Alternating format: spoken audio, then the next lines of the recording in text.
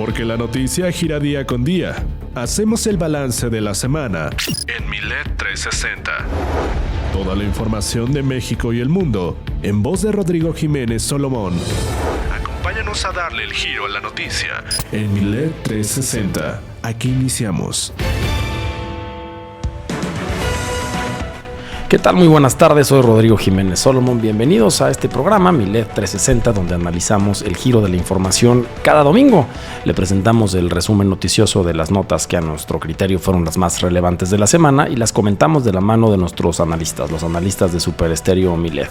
Quiero recordarle, antes de dar inicio a este conteo y análisis noticioso, que tenemos una línea directa de WhatsApp en la cabina, en el 55 72 10 11 40, le repito, 55 72 10 11 40, para que nos haga usted llegar sus comentarios, sus opiniones, denuncias, sus propios análisis, sus quejas. Aquí los recibimos, aquí los escuchamos. También en redes sociales, en las principales, en X, en Facebook, también en Instagram, en TikTok y en YouTube puede ver nuestro programa. Y recuerde que si usted le pide a Alexa en cualquier lugar del mundo que sintonice Super Estéreo Milet, nos puede escuchar en vivo. Vamos a platicar sobre el evento que se está viviendo en el Zócalo capitalino en estos momentos. Estamos al filo de la 1 de la tarde, ya tienen un rato en el Zócalo miles de personas que convocó la presidenta Claudia Sheinbaum. Vamos también a comentar sobre el nacimiento, el posible registro de nuevos partidos políticos en nuestro país, así como la guerra de desafueros y nuevas persecuciones y delincuentes políticos que la Fiscalía General de la República está intentando detener. ¿Cómo va? ¿En qué acabó la reforma contra el nepotismo y la reelección que impulsó la presidenta Claudia Sheinbaum? Y les voy a hacer yo un brevario cultural de estos tiempos de crisis, narcotraficantes y terror en nuestro país. En lo internacional vamos a platicar con Mari Carmen Buzo sobre, evidentemente, esta batalla arancelaria que hemos tenido con los Estados Unidos. Y en las finanzas, lo nuevo de Trump, la adopción de criptomonedas. Para cerrar con los deportes, con nuestro especialista Clemente Molina. Acompáñenme en Milet 360 a analizar el giro de la información. Milet 360, el giro de la noticia. Le comentaba yo que se está llevando a cabo en este momento un evento gigantesco en el Zócalo capitalino que convocó la presidenta de la República. Lo convocó a principios de la semana, cuando el presidente Trump hizo público la imposición de aranceles a productos de exportación mexicana hacia los Estados Unidos, sin discriminar o diferenciar qué productos que entraran a su país tendrían este arancel o tarifas, como dicen ellos, del 25%.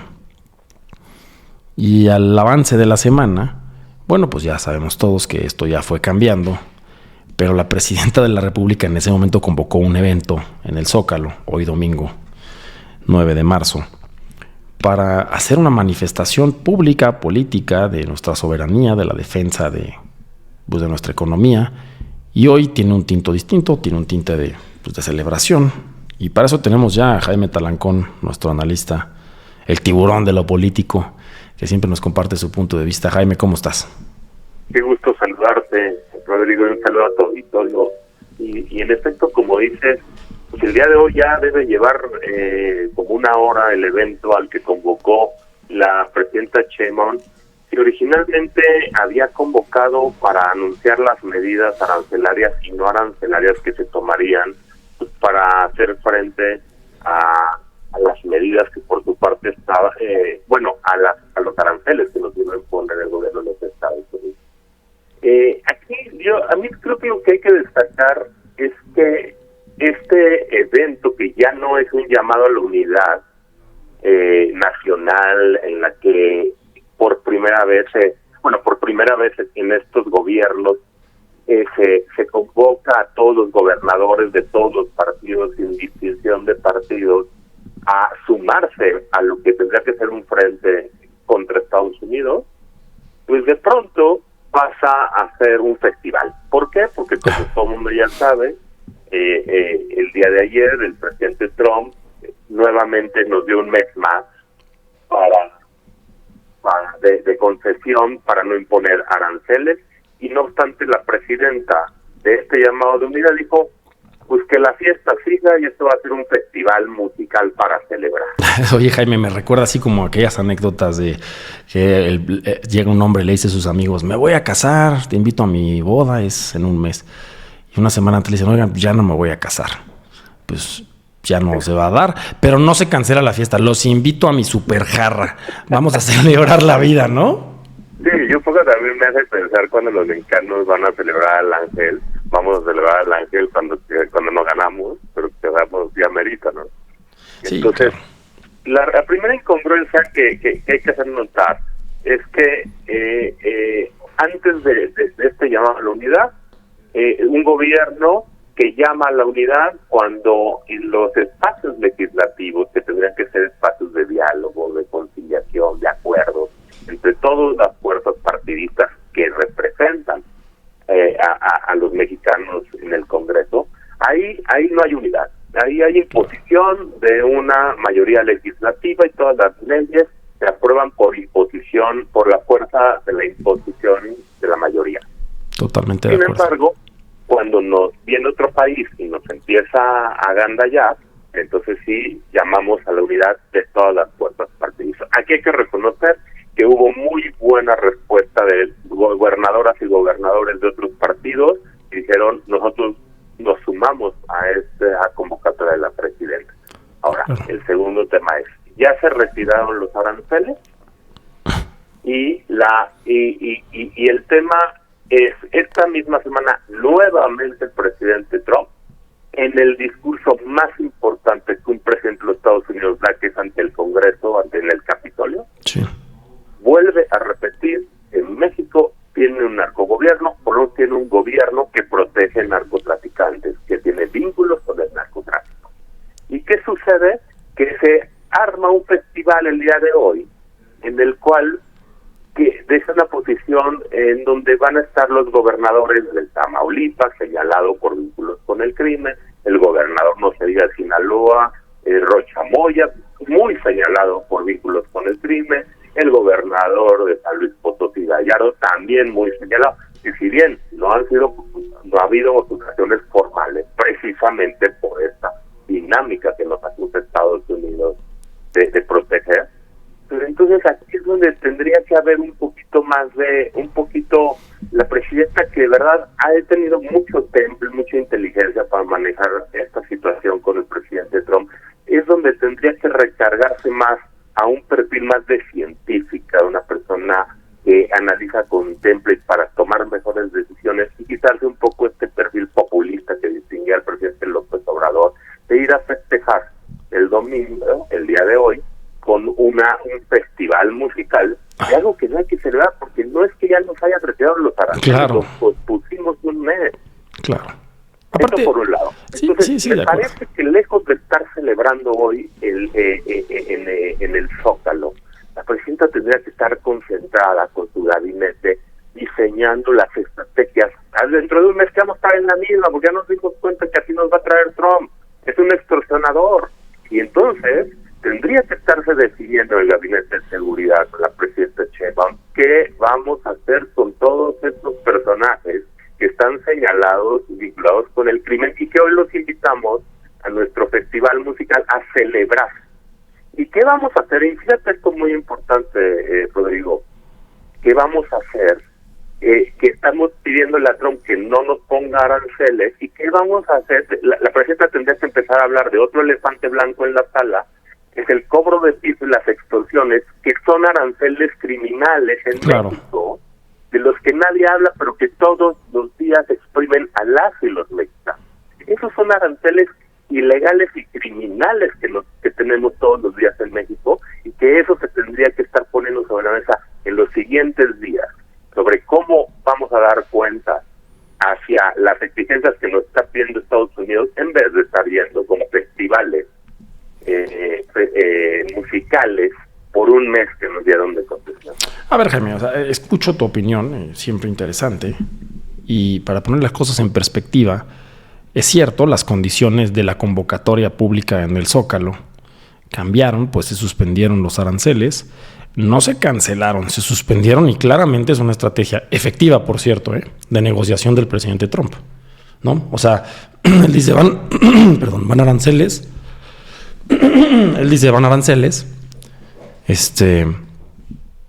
denme más, le damos más, hablamos por teléfono, mandamos comitivas, se suspenden aranceles. Y aquí llega la disyuntiva, Jaime. En la política hay que también celebrar los logros, porque si tú no presumes tus logros, no los celebras, no les das la importancia que tú crees debe tener, nadie más lo va a hacer. Ahora, no hay que dejar de ver que pues, un festival de esta naturaleza se realiza con recursos públicos. Hay discursos triunfalistas, sin duda hay que celebrar nuestra soberanía, nuestra independencia, nuestra dignidad, pero hay que tener el dedo, como creo que lo ha tenido la presidenta, en el renglón y no dejar de ver que esto es un tema que probablemente, deja tú que dure 2 meses como lleva en el gobierno el presidente Trump, puede durar los 4 años de su mandato, Jaime. Así es, pero me parece que, a ver, lo primero es que no hay nada que celebrar, porque al igual, en el caso del primer ministro Trudeau en Canadá, él no tuvo llamada con el presidente, él se a punta de gritos y mentadas de madre, y también le retiraron los aranceles. Es decir, hay que entender la psicología del presidente Trump. En efecto, a lo mejor nos va a tener sus 4 años cada mes asustándonos con algo, extorsionándonos, ¿no? A ver, presionándonos a ver a qué salimos. Entonces realmente, pues, en el mismo anuncio donde se retiran los aranceles para México, se retiraron los aranceles para Canadá, y ahí se llevan a punta de mentada de madre, te cuelgan el teléfono y no andan armando festivales. Pero son condiciones distintas, Jaime. Sí creo que cada quien tiene que negociar, así como cada quien habla como le fue en el baile. Aquí es igual, o sea, no podemos dejar de ver. Canadá es un país de primer mundo. México sigue siendo un país en vías de desarrollo. Nosotros dependemos comercialmente a un nivel inexcusable ya de los Estados Unidos. Incluso el mismo petróleo mexicano se está sufriendo, ¿no?, en torno al mercado con Estados Unidos. Es cierto que hay distintas estrategias, cada quien tiene la suya para responder a un presidente como Donald Trump, pero si algo sí hay que celebrar, Jaime, domingo 9 de marzo con el Zócalo capitalino lleno de miles de personas, como dijo la gobernadora del Estado de México, 140,000 mexiquenses, nada más. Pues bueno, sí vale la pena celebrar que tenemos una presidenta que, más allá de la estrategia que haya elegido, porque funcionó, que sí ha mostrado capacidad, tamaño y dignidad, Jaime.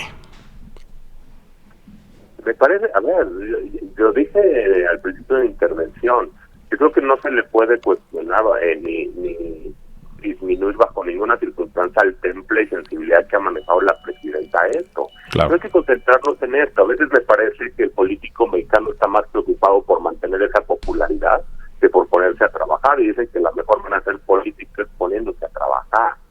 Es decir, hace poco sacaron fotos del abogado, del Mayo, tomándose fotos con toda la clase política gobernante, ¿no? Y dice la presidenta, no, pues es que en los eventos que va uno, pues se toma fotos primer mundo y uno no sabe quién es. Es decir, hay tiempos para fiestas y hay tiempos para ponerse a concentrarse en cuáles son los siguientes pasos. Me parece muy pronto para estar echando tambores y fiestas y tal.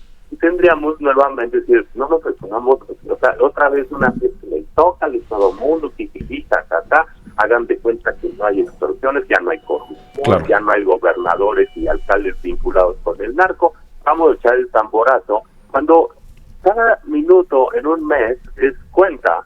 Y el presidente Trump dijo en el Congreso, ni tus 29 narcotraficantes que me mandaste, ni nada de lo que usted hecho, me sirve. No va a estar satisfecho. Hace falta mucho más. Hace falta mucho, claro. No se refería al presidente Trump a que lo que hacía falta era un festival musical.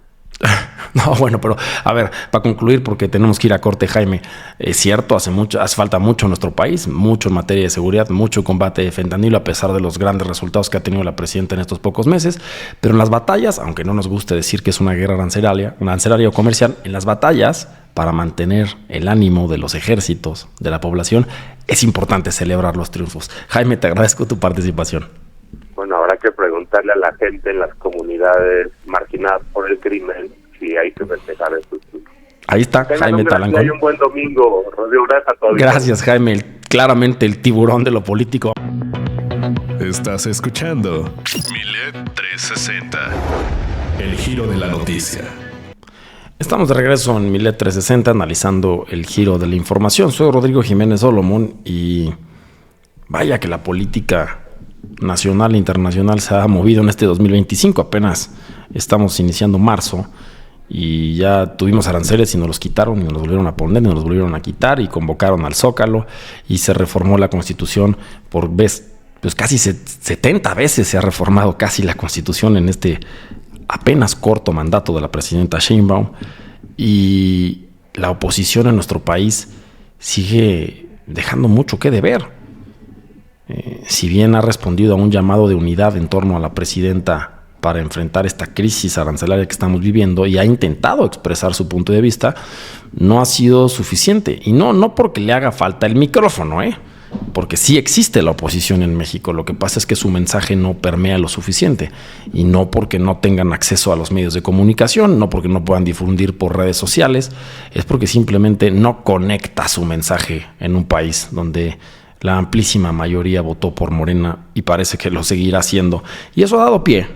Y ya tengo a Fernando Duorak, analista político, en la línea, a quien ahora saludo, a que en México ya empiecen a salir, ya era hora, nuevas opciones políticas, liderazgos políticos que intentarán y tal vez o no lograrán conquistar de nueva cuenta esa oposición que se siente absolutamente desatendida. Fernando, ¿cómo estás? ¿Qué tal, Rodrigo? Aquí mandándote un gran abrazo para ti y tu auditorio. Qué gusto escucharte, Fernando. Cuéntanos, ¿nuevos partidos políticos en México? Bueno, lo que tenemos aquí es, si lo vemos con calma, tenemos un oligopolio político que llamamos partidocracia. ¿Y por qué un oligopolio? Es muy difícil formar un partido político. De hecho, la convocatoria se abre cada 6 años. Es muy complejo en cuanto a acreditar militancia, en cuanto a acreditar asambleas de base. Y además de todo, es muy complejo con respecto a tener la capacidad de movilización y de presencia. Pero es muy fácil conservar esa franquicia. Y eso es un oligopolio. Es muy difícil entrar, es muy fácil quedarse, y la competencia por hacer un partido político bajo estas circunstancias no es ganar, no es una alternativa, sino gozar de los privilegios que te da tener esa franquicia, es decir, recursos públicos, acceso al control de las candidaturas y demás prerrogativas. Bajo este esquema, y también abonando lo que dices, es muy complicado para una oposición comenzar a surgir, por varias razones. Morena ganó por atasco y domina por víscera. Es decir, Morena puede chocarnos lo que ellos ofrecen, pero tienen una idea clara de qué representan, quiénes somos, hacia dónde vamos, y es muy emocionante lo que dicen. Y en cambio la oposición, al menos la que está en partidos políticos, sigue creyendo que ese es 2006, todavía se puede tirar a Morena insultándola. Y en realidad lo que necesitamos es una autocrítica, es una capacidad para entender qué pasó, y además de todo reconquistar a la ciudadanía para de ahí presentar una propuesta que tenga que ver con inspirar.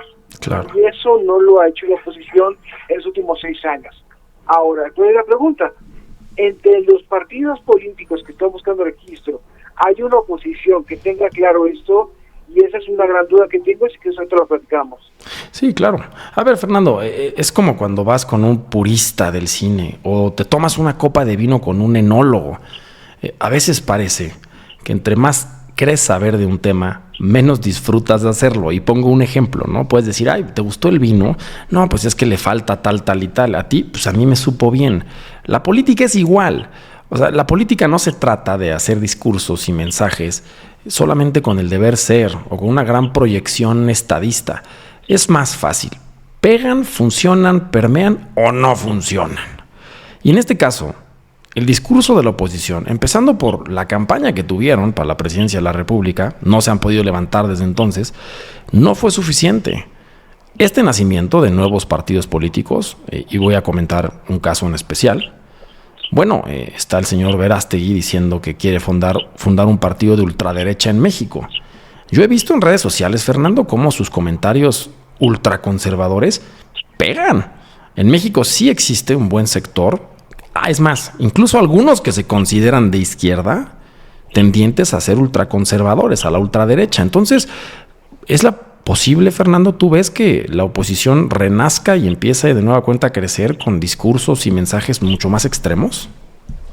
Eso es un riesgo enorme. Es decir, si tenemos un entorno donde domina las emociones, porque Morena maneja la víscera, y no existen actores políticos que llamen a la moderación, así bajémosle 3 rayitas en nuestro discurso, veamos qué hicimos, comenzamos a tejer una noción de comunidad.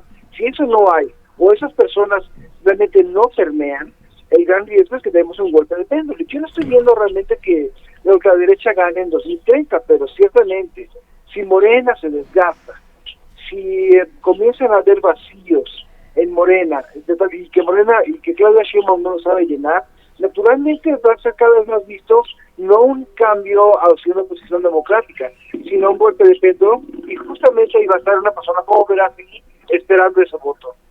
Claro, totalmente de acuerdo. Y además, ojalá, Fernando, que estos nuevos movimientos políticos, como le gusta a Morena llamarle a su partido político, pues no sean nuevos partidos verdes, no sean partidos satélites, rémoras económicas de quien tiene liderazgo político para sobrevivir y tener acceso a presupuesto público. Ojalá sean partidos que representen a las minorías, que en buena parte muchas han perdido representación a partir de pues, este gran triunfo de Morena.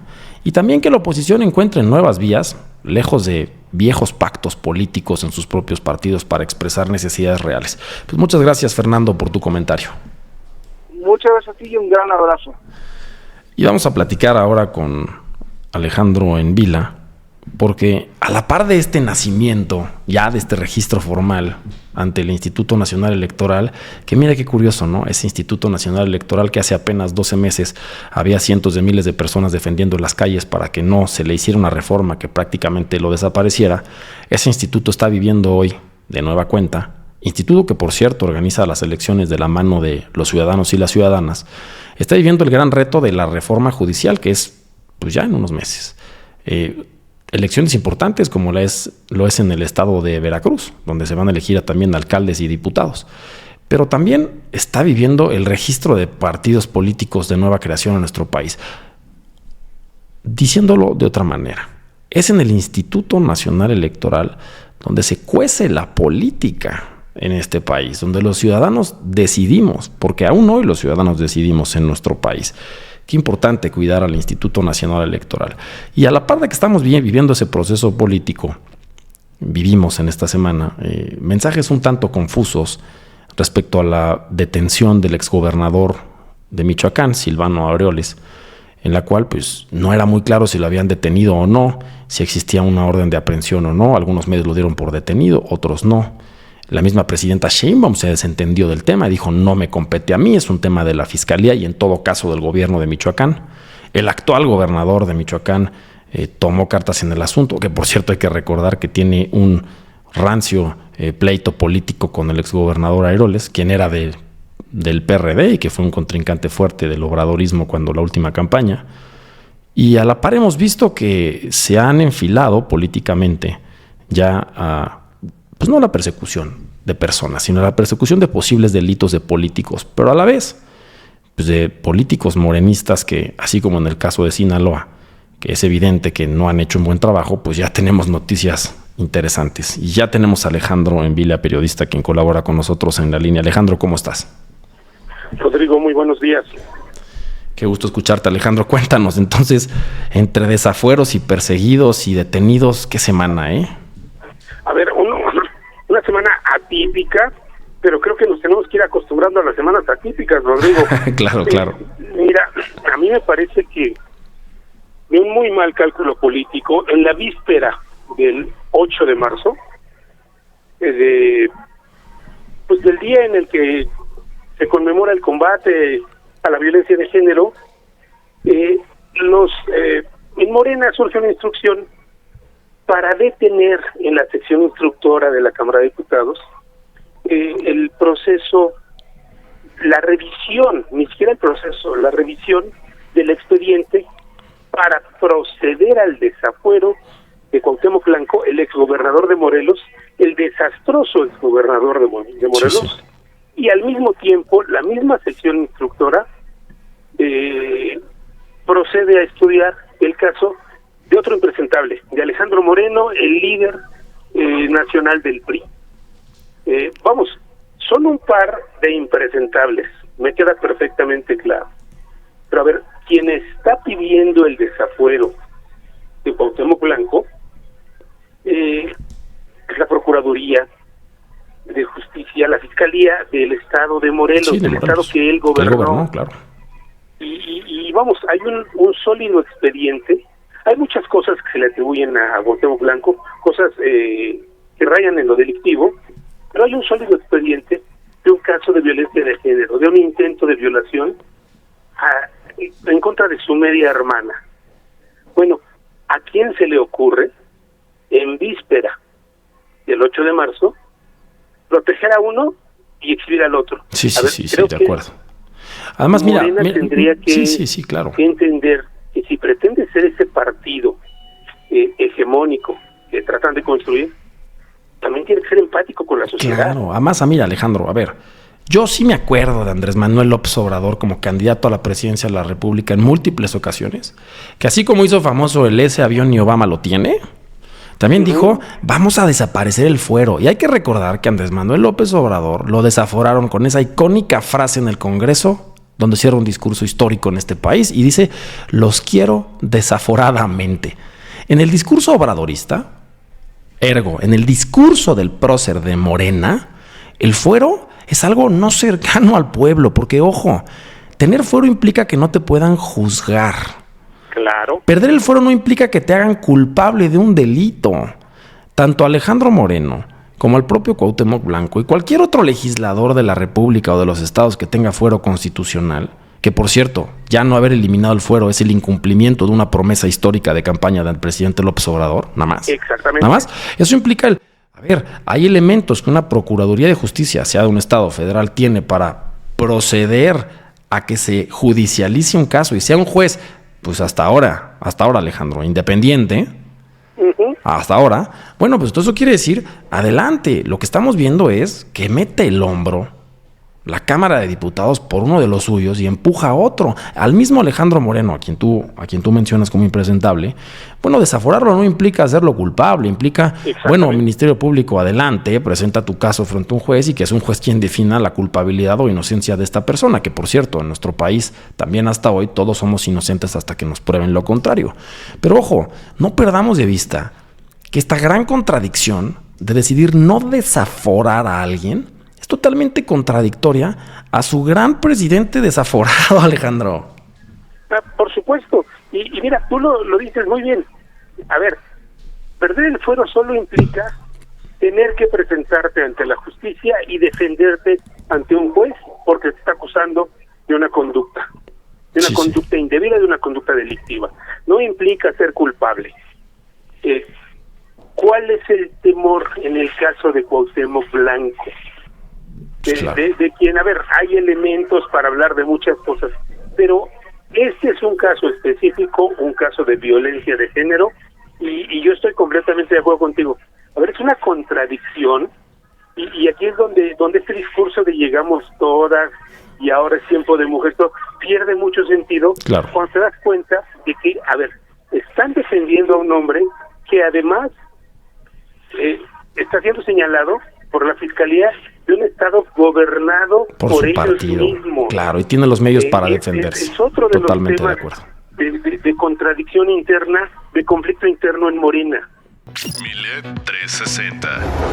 El giro de la noticia. Recuerda que la semana pasada comentábamos sobre esta reforma constitucional tan importante que, de hecho, sometió a consideración de la votación la presidenta Claudia Sheinbaum. En sus mítines políticos hablaba de ella. Ella dice que esta es una reforma del pueblo, que lo solicitó y lo comprometió en su campaña presidencial de la República para que se eliminara de nuestra Constitución la reelección y el nepotismo. La reelección, por supuesto, hay que acotarla. En México solo existe la posibilidad constitucional, bueno, existía, ya se reformó, de poder elegirse en cargos en el caso de ser titular del Ejecutivo de un municipio o una alcaldía por un periodo, y tanto diputados como senadores tenían sus propias reglas. No en el caso de gubernaturas, mucho menos en el caso de la presidencia de la República. Pasando ese tema, que no fue realmente lo que generó esta ebullición política en las cámaras, tanto alta como baja de la reelección, la presidenta, en esta palabra tan amplia, tan vaga que es el nepotismo, mandó una iniciativa en la cual pues, se establecen ciertas reglas para que un familiar de quien tenga un cargo público de elección popular no pueda ser electo inmediatamente después de esta persona. Pues la idea original de la presidenta era que a partir del 2027, que es, por cierto, su elección intermedia, donde se elegirán a los diputados de la Federación y por ende se renueva su Congreso, entrará en curso, pero el Senado de la República, después de mucho jaloneo, sobre todo con el Partido Verde Ecologista, la pateó para el 2030 y la presidenta bien dijo, pues no ha acabado la negociación, va a la Cámara de Diputados y ya la votó la Cámara de Diputados. Tenemos a Tania Rosas, periodista de investigación en la línea. Querida Tania, ¿cómo estás? ¿Qué tal, Rodrigo, auditorio? Pues sí, efectivamente, esto se puso bueno. El Congreso de la Unión pues ya aprobó la reforma constitucional contra el nepotismo electoral para que entre en vigor en 2030, aunque como bien lo dijiste, la presidenta Claudia Sheinbaum quería que fuera en 2027. Esto causó división en la 4T, hubo acusaciones, negociaciones de la oposición y destapes de políticos que quieren ser gobernadores. Y bueno, pues a nivel estatal ya hay acusaciones de que familiares de gobernantes quieren ser los herederos del poder antes de 2030 y que si para esto pues se necesita una impugnación a los estatutos de Morena, ya que Morena quiere modificar estos estatutos para que se haga acorde a lo que quiere la presidenta, bueno, pues habrá una lluvia de impugnaciones, pues los estatutos no están por encima de esta reforma constitucional. El momento más álgido fue previo a la aprobación de la reforma, porque un grupo de morenistas, entre ellos los claudistas, que son Gabriela Jiménez y Alfonso Ramírez Cuellar, intentaron que se cambiara el año de entrada en vigor de la reforma para que fuera acorde a lo que quería la presidenta. El coordinador de los diputados del PAN, Elías Glisha, destapó que se reunió con la vicecoordinadora de Morena, Gabriela Jiménez, para tratar esta fecha, pero a cambio los panistas pedían una modificación para que los familiares de los presidentes de la República no pudieran ser candidatos pues, a la presidencia de inmediato, sino luego de una década. Sí. Esto se interpretó como la cláusula anti-Andy, dedicada a las aspiraciones que se sabe que tiene el hijo del presidente Andrés Manuel López, expresidente Andrés Manuel López Obrador, Andrés López Beltrán. Fíjate qué interesante, Tania, ¿no? Porque además todo esto se reduce a algo que Morena modificó, que es al Poder Judicial, a los derechos, a las garantías individuales que cada uno de nosotros en ciertas circunstancias tal vez necesitamos defender. Para eso existe el famoso juicio de amparo. Es cierto, si Morena y su presidencia logra modificar sus estatutos, pues cualquier persona que quiera ser candidata en el 2027 puede ir y bien ampararse ante un juez federal y decirles, oiga, pues es que esto contraviene a mi derecho de votar y ser votado. Y no solo eso, la reforma establece el 2030 y se acabó. Ahí el tema. Pero ahora estamos yendo también a la posibilidad de litigios en el 2030, Tania. Efectivamente, pues sobre todo a nivel local, ¿no? Claro. Pero a nivel federal no se descarta porque, bueno, recordemos que se renueva, como bien lo decías, toda la Cámara de Diputados, y a nivel local 16 entidades van a renovar la gubernatura y cientos de presidencias municipales. Por ejemplo, en Veracruz ya se han identificado al menos 20 casos de familiares de alcaldes que quieren heredar el poder y que van a tener elecciones la totalidad de las alcaldías, ¿no? Sí, totalmente de acuerdo, Tania. Y bueno, al final se acabó la discusión política en torno a la reforma contra el nepotismo. Hay quien la lee como una derrota de la presidenta Sheinbaum. Yo no estoy totalmente de acuerdo. Yo creo que su reforma pasó. Más bien muestra un Congreso multicompuesto, aun y cuando tiene la mayoría calificada de Morena. Allá adentro hay muchos compromisos políticos, allá adentro hay muchos pesos políticos, y esto, conforme pasen los meses y no se diga los años del sexenio de la presidenta Sheinbaum, se va a complicar, Tania. Se va a complicar, y sobre todo entre los mismos de la 4T, porque además esto lo que nos ha puesto en la mira es que hay varios candidatos ya, bueno, precandidatos, ¿no?, quienes se quieren aventar a ser gobernadores, y el caso más emblemático es Zacatecas. Por ejemplo, el coordinador de los diputados del Partido Verde, Carlos Puente, se destapó como candidato a gobernador. Él ya se ve como el candidato, y también está levantando la mano el senador Saúl Monreal, que quiere suceder a su hermano, el gobernador David Monreal. Y también se ve que uno de los precandidatos podría ser Alfonso Ramírez Cuellar, que pues es una persona muy cercana a la presidenta Sheinbaum. Pues bueno, ahí está la presidenta jugando en su tablero político con cambios nada más y nada menos que a la constitución política de los Estados Unidos mexicanos, y está empezando el juego. Muchas gracias, Tania, por tu comentario. Gracias, nos vemos pronto. Y mire, previo a pasar al análisis internacional que siempre nos presenta Mari Carmen Buzo, quiero yo hacerle una pequeña reflexión. Estaba yo escuchando el otro día música a través de una aplicación digital y está de moda estos famosos corridos tumbados en todo el norte del país. Y es interesante ver cómo nuestra especie, los seres humanos, cuando estamos en momentos de crisis, permite que florezca la expresión artística. Esto sucedió con la Santa Inquisición, que coincide con el Siglo de Oro en España. No se diga en la Revolución y los muralistas que nos arrojó en México. Y no es por comparar una y otra, son rubros de la expresión artística diferente, pero al final todo es arte. Y me parece muy interesante que nazca y tenga tanta fuerza este género musical en México cuando estamos viviendo este nivel de violencia, este nivel de enfrentamiento en el país. En México siempre el arte florece en momentos difíciles.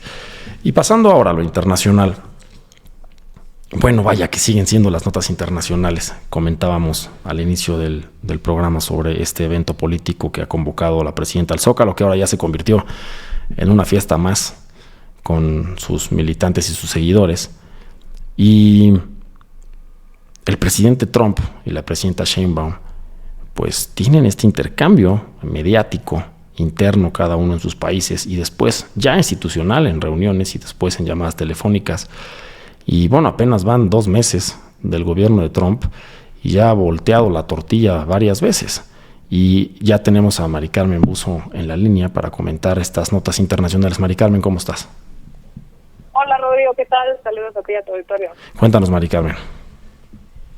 Bueno, es que como lo dices, ha volteado la tortilla tantas veces Trump que es difícil entender aranceles sí o aranceles no. Hemos escuchado las dos frases en toda la semana.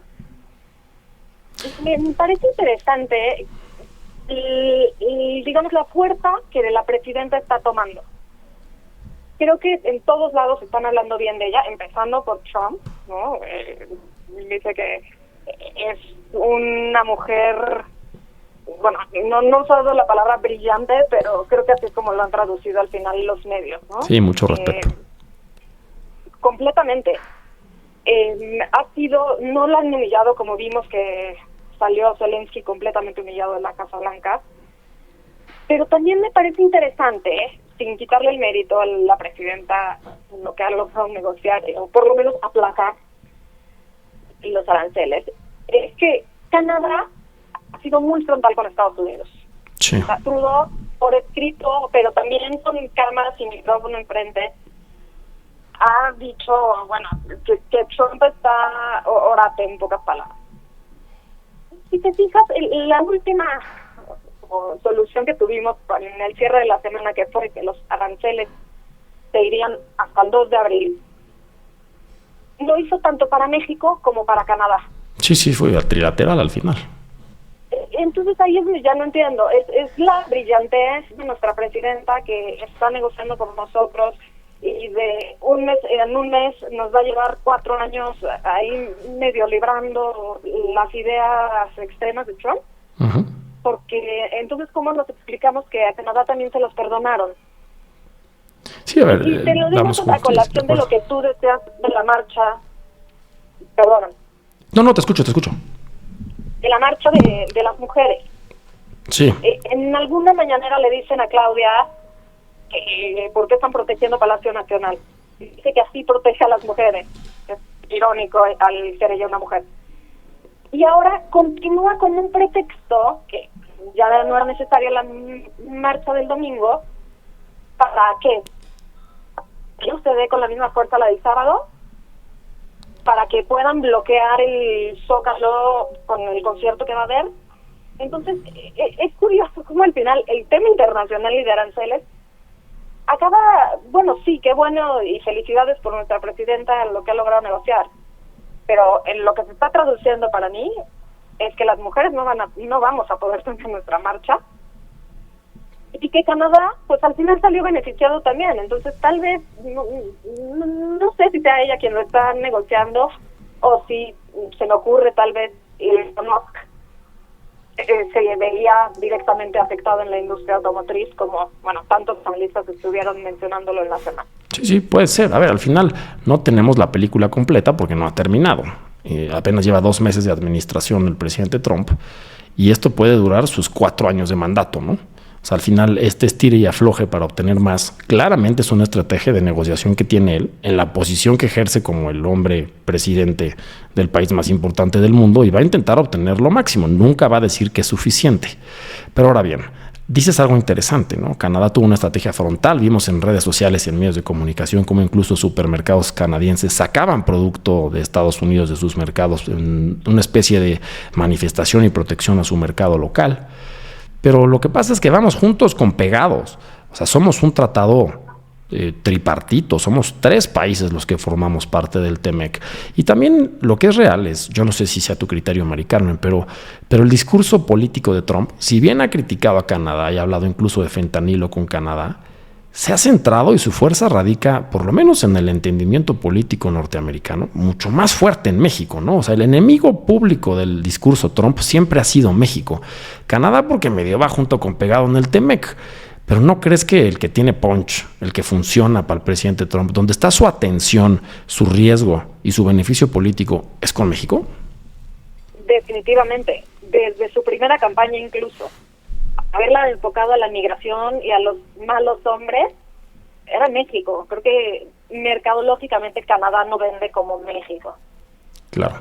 De hecho, en su momento, esto es un dato interesante para el auditorio, Mari Carmen, cuando se negoció por parte del presidente Salinas el famoso Telecán, se tomó la decisión de incluir a Canadá porque suavizó las negociaciones dentro del entendimiento público y político en los Estados Unidos. No era un tratado comercial México-Estados Unidos. Como se vendió y cabildeó en Estados Unidos, fue un tratado norteamericano. Pero el fondo real de la intención de México en este tratado, y también de los Estados Unidos, no era Canadá. Canadá salió altamente beneficiado de esta negociación bilateral que llevaron a cabo los presidentes Bush padre y Salinas de Gortari. Y ahora está siendo interesante, ¿no, Mari Carmen? Como ahora Canadá está también jugando un papel de nueva cuenta y políticamente relevante en este discurso trumpista.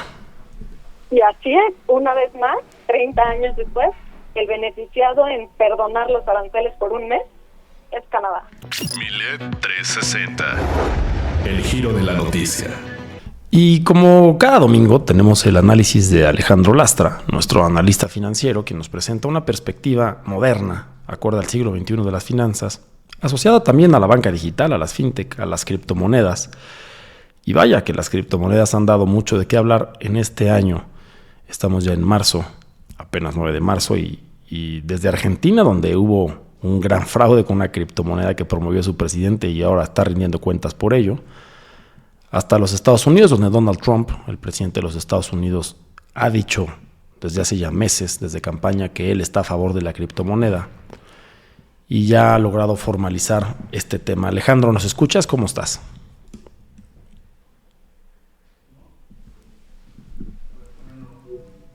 ¿De nuevo? Alejandro, ¿nos escuchas? ¿Cómo estás? Hola, ¿cómo estamos, Rodrigo? Sí, te escucho. Alejandro, cuéntanos, ¿ya está cumpliendo Trump sus promesas respecto a las Trump monedas, digámoslo así? Sí, justamente ayer en la tarde el presidente Trump hizo un aviso ejecutivo en donde genera una reserva ya a nivel nacional en criptomonedas, Bitcoin, para ser completamente específicos. Esto es, como bien lo señalas tú, Rodrigo, ya la ejecución de lo que hemos venido anunciando y lo que el gobierno del presidente Trump ha venido anunciando de su respaldo a las criptomonedas.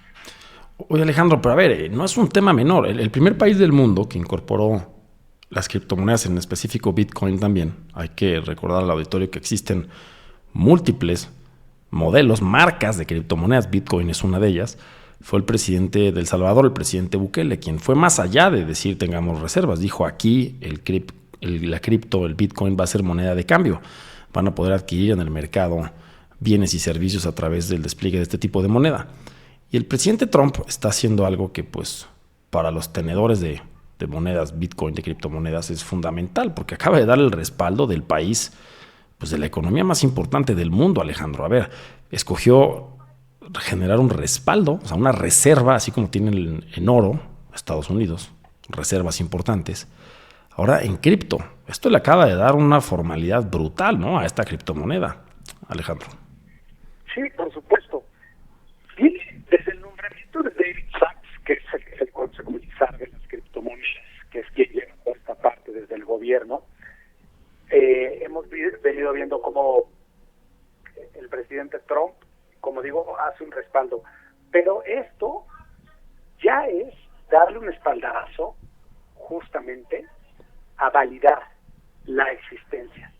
Tiene temas importantes en el futuro de cómo se va a empezar a regular, porque recordemos que la emisión de las criptomonedas es descentralizada. Entonces vamos a ver cómo empiezan estas pláticas en el mismo gobierno de Estados Unidos, en donde aceptan tener una reserva con una moneda descentralizada en un país que tiene pues, emisión de moneda descentralizada. Sí, a ver, esto rompe la estructura socioeconómica con la cual se creó la moneda y el intercambio de moneda en el mundo. Hay que recordar que, en teoría, todos los billetes que imprimen los países del planeta están respaldados en oro. En teoría, así se diseñó la moneda originalmente, ¿no? O sea, un peso en México, pues era un peso respaldado en oro. Asimismo, la moneda originalmente tenía también metales preciosos. O sea, recordemos, la onza plata fue moneda de cambio aquí, a pesar de que las podemos comprar los centenarios y las onzas en la casa de moneda y tienen un valor en los bancos, pues no puede llegar uno a pagar con un centenario un restaurante, no sabrían ni qué hacer. Pero esto es un tema interesante porque, miren, en especial Bitcoin, y no sé si estarás de acuerdo, Alejandro, pues ha tenido una caída importantísima en lo que va del año. O sea, subió muchísimo en diciembre, llegó a los $100,000 por Bitcoin, si no me equivoco. Y ahora, bueno, cayó de manera fundamental. Eso quiere decir que el presidente de Estados Unidos está fomentando que sus propias reservas tengan un riesgo con un mercado globalizado que no lo controla ningún banco central de un país. Eso puede ser gravísimo, Alejandro. Sí, la verdad es que la fluctuación de esta moneda va a ser importante, pero también puede tener un efecto contrario y puede tener un efecto estabilizador. Hay muchas personas que ahorita están pensando que se puede estabilizar de esta manera. La parte que es importante es ver cómo van a empezar a proteger estas reservas. Sí. Pensemos que las reservas normalmente en un país físicamente están guardadas y respaldadas, como dices, históricamente era en el oro, luego en el dólar, y hay que ver ahorita pues este tema, es decir, van a estar participando empresas de ciberseguridad, servidores a nivel mundial. Cambian mucho los paradigmas, porque dijiste un comentario muy importante hace rato. Ya El Salvador había adoptado a Bitcoin como moneda de curso legal, pero la economía de El Salvador, sin menospreciarla, no tiene nada que ver con la economía de Estados Unidos. No. El hecho de que Estados Unidos haga este anuncio es muy impactante. Y tiene un impacto directo y futuro en el dólar. Pues bueno, interesante. Ahora ya no nos tenemos que imaginar como cuando éramos niños, Alejandro, esas bóvedas gigantescas en las montañas donde está el oro de los países. Ahora pues van a ser servidores. Estás escuchando Milet 360, el giro de la noticia. Y vamos a cerrar este programa con el análisis deportivo de Clemente Molina Enríquez, nuestro abogado y agente FIFA certificado. Clemente, ¿cómo estás? ¿Qué tal, Rodrigo? Gusto saludarte. Cuéntanos, Clemente. Estábamos comentando tú y yo hace apenas unos días los escándalos que hay en el fútbol internacional, ¿no? Con un caso muy, muy específico que vale la pena que el auditorio conozca de tu voz. Cuéntanos, Clemente. Es correcto, sí, es de un jugador boliviano que mintió sobre su edad. Entonces se quitó años, supuestamente debutó a los 14 años, hace 5, cuando en realidad tenía 19, y empezó a llamar la atención ahora que le empezó a ir bien, que sí está teniendo buen desempeño en la Liga de Bolivia con el Bolívar, que es el equipo más importante de allá. un equipo contrario se percató y ya lo denunció. Entonces, ahorita está suspendido en lo que resuelven y puede traer incluso sanciones para los directivos que le escribieron y hasta para el propio equipo.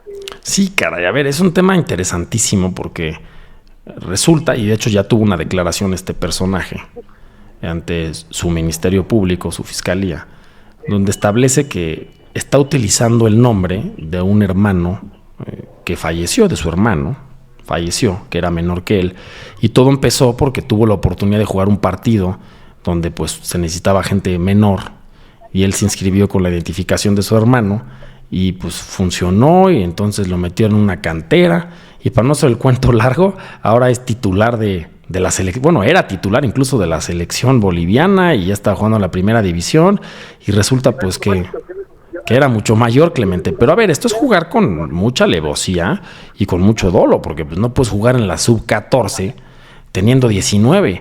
Físicamente no puedes comparar el desempeño de un chico de 14 años con uno de 19.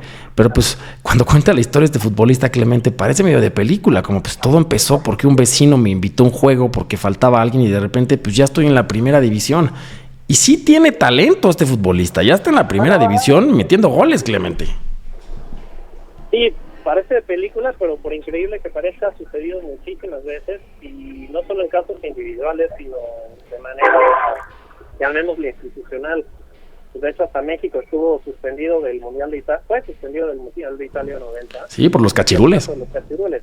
Claro, de acuerdo. Las selecciones africanas, muchas veces a los mundiales de sub-17 o sub-20, o sub-23 en olímpicos, metían jugadores mayores, que a esas edades sí la diferencia entre un chico de 17 y de 15 es abismal en cuanto a potencia, velocidad y resistencia. Claro, y hay otros deportes como la gimnasia olímpica, donde se dio este caso del equipo olímpico de gimnasia china, donde quisieron aprovechar con gimnastas más chicas, son más flexibles, y argumentaban que estaban contando su edad a partir de la gestación. No sé si te acuerdas, ¿no? Pero le sumaban 9 meses a chicas. Y bueno, ¿cómo influye esto? Y ahora con las redes sociales, con lo que se tiene, bueno, pues sí estaba usurpando el nombre de su hermano.